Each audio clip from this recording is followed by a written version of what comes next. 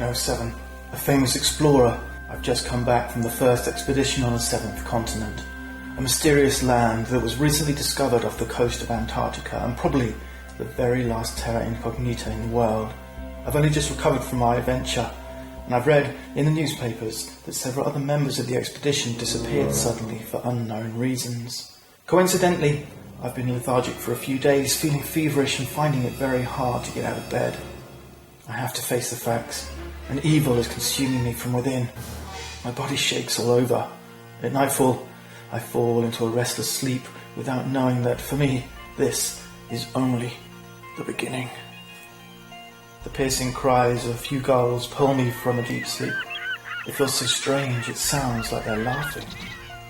A few feet away, thick plumes of yellowish smoke escape from the volcanic rock. I try to understand. Where on earth am I? How did I end up in this place? I can't seem to remember.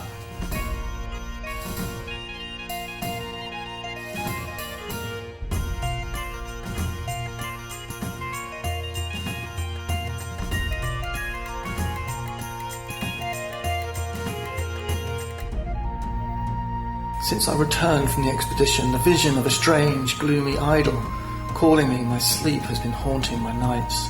Among the notes taken by my companions, I came across a sheet where something that looks like the root was drawn, along with several statues. As it happens, one of the statues looks just like the one from my restless dreams.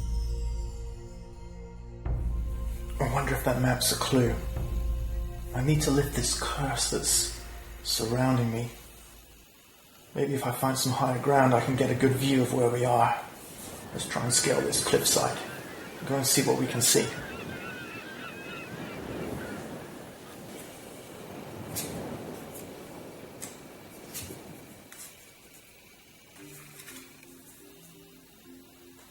I need to find a way of defending myself on this island. I feel a bit vulnerable. Is the camouflage the best idea? Or a blowpipe? With blowpipe, at least I might be able to catch some food. If only I can find some bamboo.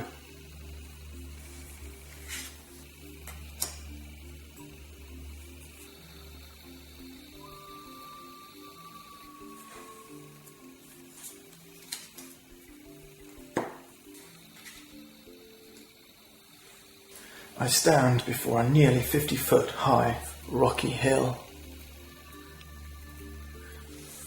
The view from up there must be quite interesting.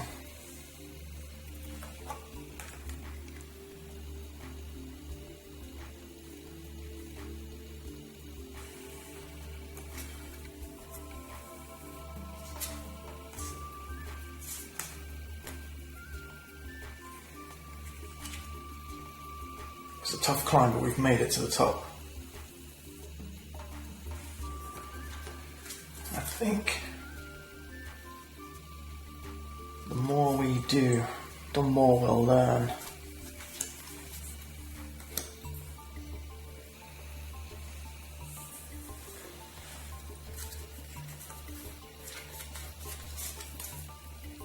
I make it to the top of the rocky hill. The ocean stretches as far as the eye can see in all directions.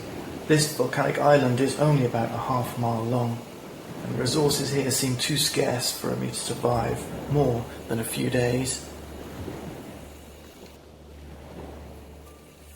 You notice a path to the south, apparently free of any jets of steam, walking back down the hill. I keep in mind those viable means of access. There's footprints leading south, and with no jets of steam, I'm sure this must be the right way to go. Let's explore.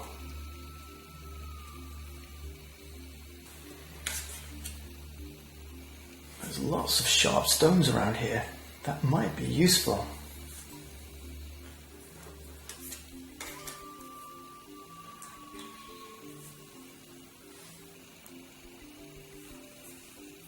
Let's take a closer look at what lies south.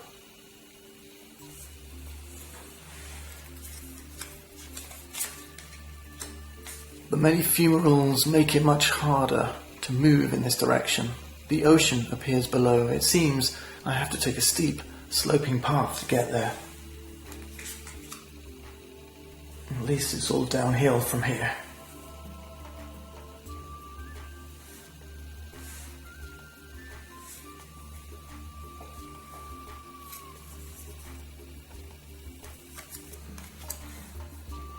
I'm pretty sure with the help of some cord and some flint, I can make a fire.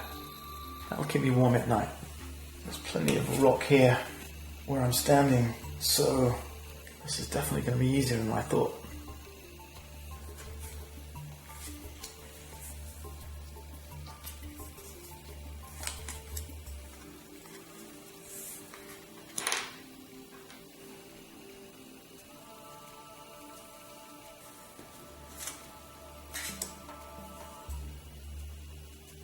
I have a feeling it's best if we just keep moving now. An appetizing seagull is hopping around nearby. I'm not a vegetarian, so I'm definitely going to try and make a meal out of this. It's not going to be easy though. I haven't got much time to think about it. I can only draw one card. But hey, I can use my sharpened stone. It's good for hunting and it's going to give me one success already. Let's see if I can help with another card draw. Yes. That gull will become a tasty meal.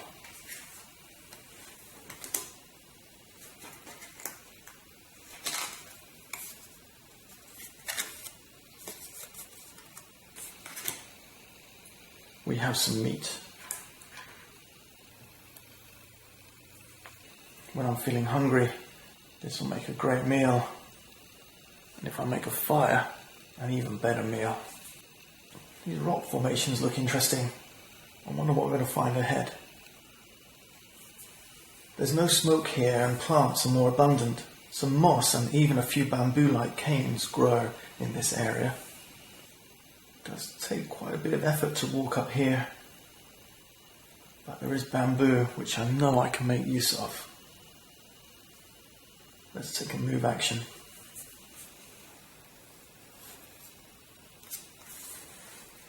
There's nothing like a long walk to do some recollecting.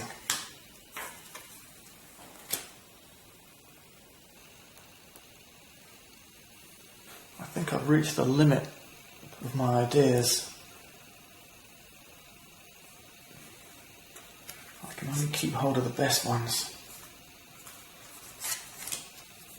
But look, over here, there's something in the grass. I frighten a little crab and it rushes into a tunnel hidden away among the vegetation.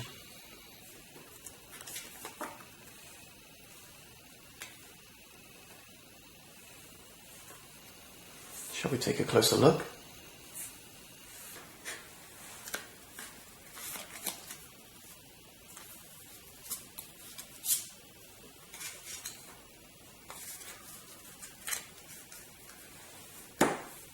There is something in there. Following the fugitive crab with our eyes, we notice a gleam at the entrance of the hole. I crouch and sink my hand to take the object. As I slide my arm into the tunnel, I hear a worrying, grinding noise coming from it. I take out my hand in a hurry, let myself recover from the fright before trying again. Let's see if we can't pull ourselves together.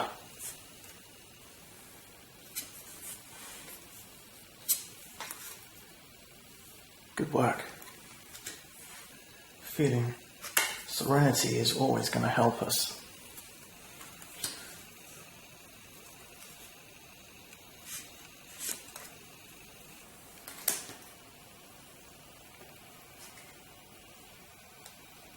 I think it's time we put some of our thoughts into practice. There's plenty of bamboo here on the island, and that's all I need to make this blowpipe. And maybe it's time we took another look at those notes. It's worth spending the time to examine the notes me and my companions took on our previous expedition to the seventh continent. We may even be able to decipher some of the coding we see.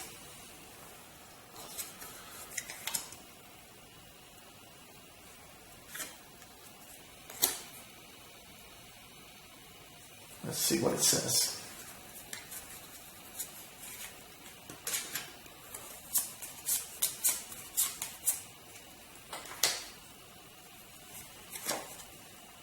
On this page, torn from a herbal science book, I can read, Fragaria, with its typical blue leaves and edible red berries, is a highly flammable, thorny bush. And lo and behold,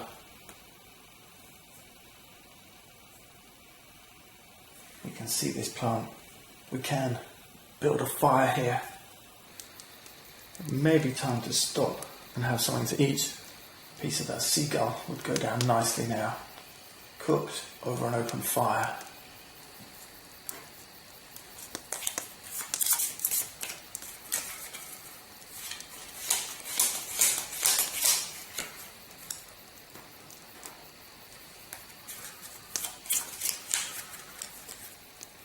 We're warm, we're refreshed, we're pretty much back up to full health.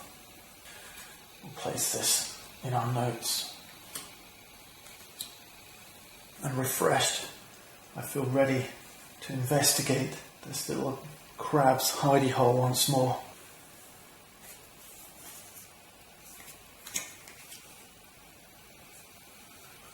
We've found a small metal gear wheel in the lair of the crab.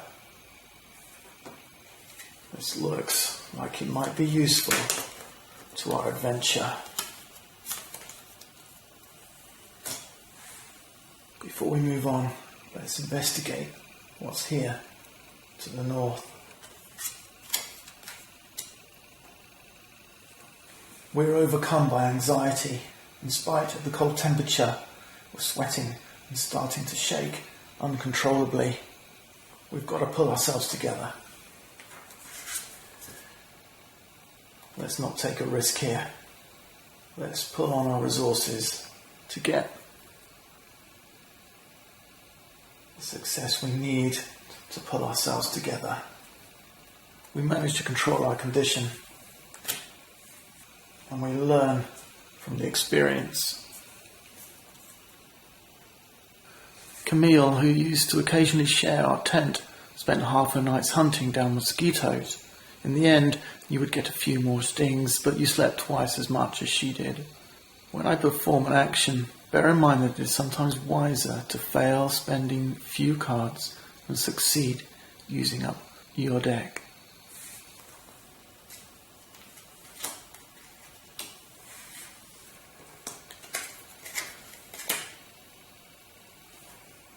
Let's see what we can see.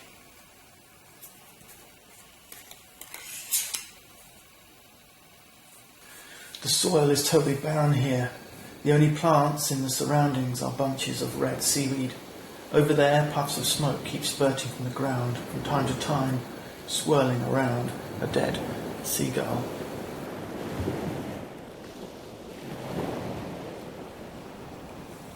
Hi, welcome back to Box Delights. I've finished up here. I wanted to give you a flavour for how this game plays, but I didn't want to spoil too much of the adventure for you. Let me talk about this game and what I think. First off, solitaire. I think this game plays really sweetly. We've got a deck that represents our well-being, and you can see that as we move through this deck, our well-being goes down. We can take food and consume this food, eat the food, cook the food using inventions that we've made. So we have thoughts. As we're exploring around, we're walking about, we're taking actions, and we're pulling on our reserves. But as we do so, ideas occur to us. These are the ideas that sit in our hand. And if we want to put those ideas into action, then we have to craft. And then we can use the resources that the different parts of the island that we're exploring provide for us. So these twigs, for example, can be used to help make a fire. and we can search for the twigs, but if there's lots of wood available, then the success, it says we need to have 0 successes, but we need to pull 2 cards to go searching for the wood.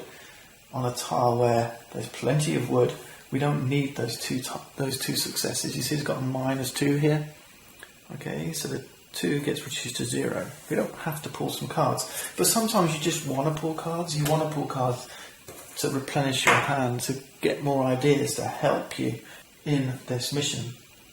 These cards that are attached to terrain tiles, they're effectively on that piece of terrain, and these gold arrows here help you with that. So for example, when we're on this tile here, this fog of war, if you like, is effectively on that tile.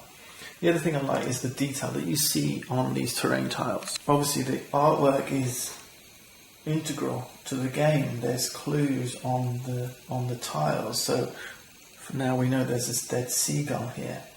Appears to be a dead gull. We can go and look. We can use this go and see, this visit action. It's a 0-0, so it doesn't cost us any effort, and we don't need any successes. And we'll see what this is all about. And those footprints that are leading in this direction, we can go and search and examine with this eye icon. Here we have to draw at least 1 card, and again we need 0 successes. So there's a lot of cases where there are 0 successes, but these random events, they often do need more successes. I'm not going to show you what's on these, but that's another good thing about this. You can draw new ideas from your draw deck, or you can use the thoughts and ideas by combining. You remember some panpipes, and that gives you 3 success. Maybe you remember some music from home, and that helps you recover from this traumatic event that we saw up here. Okay, so there's very thematic. You can build this story around it. Now, I didn't tell you much about my character, Ferdinand Le Chapelier. He's a French adventurer who's been exploring yet undiscovered territories of the world for over 30 years. We got a bit of his backstory. There's 3 different characters you can play, and each of them bring their own ideas to this deck. You saw me shuffle them in at the beginning of the game. So when you're playing cooperatively as a group, all the different characters can bring their own ideas to the game. We have, for example, Dimitri, some anarchic activist, and Keelan, she's the heiress of a wealthy manufacturer. They all bring their own special capabilities to the group. So Ferdinand, for example, can discard 2 inventions or idea cards with the keyword stealth to change an action that we must perform into one that we may perform. So we can avoid certain situations using our stealth. Okay? Now, maybe you're thinking that there's not much replayability in this game. Well, let's think about that. Yes, the map terrains are going to be the same. You know that this number 14 is down here now. You know that you need to get in there and search to find that cog. I mean, there's different things here. I've not spoiled the story for you. I didn't search here or here at number 9 and number 12. But also you can, even though this framework, this story might be the same, you're exploring it with different characters. You're finding different food, different thoughts, different ideas. So it may well be that when I reach this tile and the next time I play through, I don't have, the wherewithal to burn this bush, to make a fire, to make a blowpipe, and to kill the gull, to eat the food. And this is just a very, very beginning. This adventure is going to be huge, and that's just the base game. There's going to be expansions that add to the story. So, like a book that you might want to read it more than once, or a movie that you can watch more than once, it's more than that, because every time you read this book or watch this movie, you're going to get a different experience. The Seventh Continent is ambitious in what it's trying to do. It's giving us a new game experience.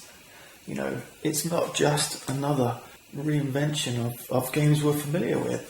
Of course they're inspired by those choose your own adventure books, you know, these pages never change, but each page can evolve, okay?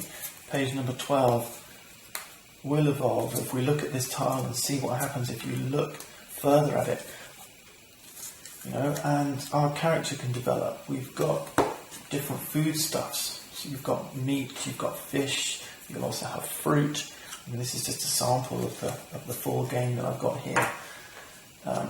These random events, the experiences that we can learn from. You saw how the game gives us some tips on how to play the game.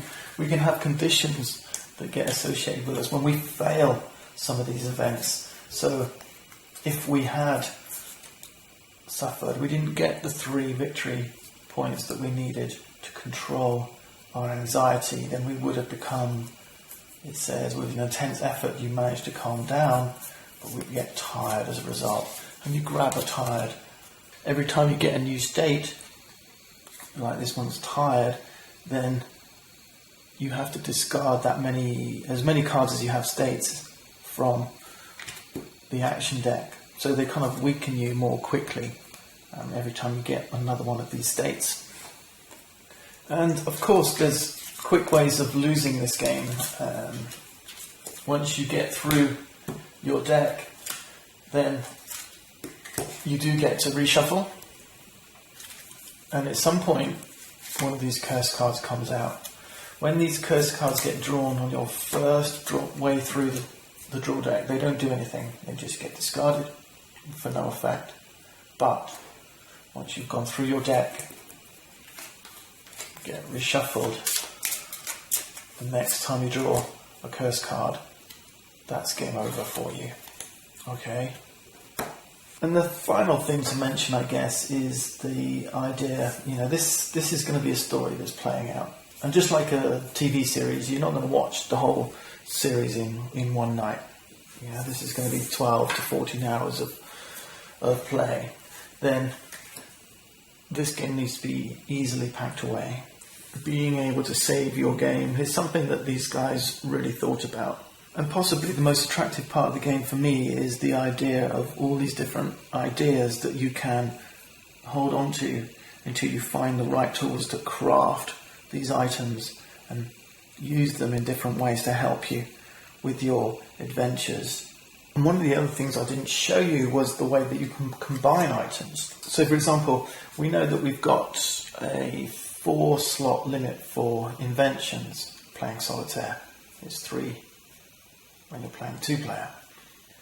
So I want to preserve space. So let's say I've got some more food. Rather than taking up another spot in my inventory, if it shares a keyword with an existing item, then I can combine them. So I can combine this one food with this one food to give me 2 food. Another example might be combining these 2 skills, the raft with the rope, and then you can see that using this extra rope makes my raft more durable to a maximum of 6. Will the game stand the test of time? Of course, we're yet to see, but what I do know is that this is giving us a gaming experience that is not like anything else I've seen before, and that's always going to grab my attention. I've no idea where this story is going to go. We don't know the ending, we don't know the journey. What's clear is I'm really looking forward to taking that journey.